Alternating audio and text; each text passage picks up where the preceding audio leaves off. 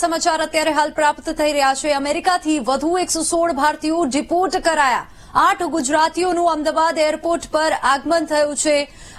એરફોર્સના વિમાન મારફતે ભારતમાં તેઓને લાવવામાં આવ્યા। ગેરકાયદે વસતા ભારતીયો સામે કાર્યવાહી ચાલી રહી છે। અમેરિકાથી અગાઉ 104 ભારતીયો અમેરિકાથી પરત ફર્યા હતા અને આ ડિપોર્ટ કરાયેલા ભારતીયોની બીજી બેચ છે, જેમાં 116 ભારતીયો પરત ભારત દેશ આવ્યા છે। પોલીસ બંદોબસ્ત સાથે વતન મોકલવામાં આવશે તેઓને।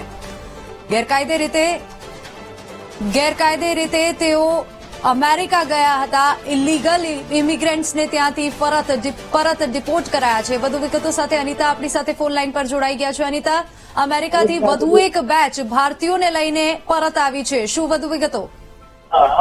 જે ખાસ જે પ્રકારે ગેરકાયદેસર રીતના અમેરિકામાં આજે ઘૂસણખોરીને લઈને જે રાષ્ટ્રપતિ ડોનાલ્ડ ટ્રમ્પ દ્વારા જે શપથ લેવામાં આવ્યા હતા, ત્યારબાદ જે ગુજરાતીઓને પરત મોકલવાનો જે સિલસિલો છે તે ફરી એક વખત યથાવત રહ્યો હતો। આજે 104 જેટલા ભારતીયોને જે અમેરિકાથી પરત જે આર્મીના જે ફ્લાઇટમાં મોકલવામાં આવ્યો હતો, જે પૈકી 8 જેટલા ગુજરાતીઓ હાલ અમદાવાદ ખાતે પહોંચ્યા છે।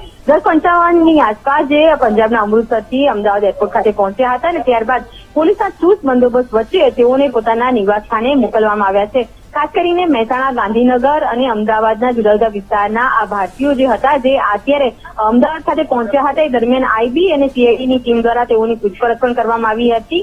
જે પૈકી જેટલા 8 જે ભારતીયો છે તેમાંથી 2 મહિલાનો સમાવેશ થાય છે અને તેઓને સલામત રીતના પોલીસ બંદોબસ્ત અને ચુસ્ત સુરક્ષા વચ્ચે તેઓને પોતાના નિવાસસ્થાન મોકલવાની કામગીરી હાથ ધરવામાં આવી છે।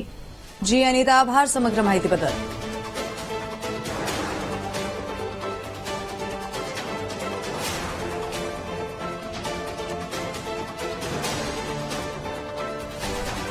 તો અમેરિકાથી વધુ એક બેચ ઇલીગલ ઇમિગ્રન્ટ્સની ડિપોર્ટ કરવામાં આવી છે, જેમાં 116 ભારતીયોને પરત દેશ મોકલવામાં આવ્યો છે। એરફોર્સના વિમાનમાં તેઓને પાછા લાવવામાં આવ્યા, જેમાં 8 ગુજરાતીઓનો સમાવેશ છે। ગેરકાયદે રીતે તેઓ અમેરિકા ગયા હતા।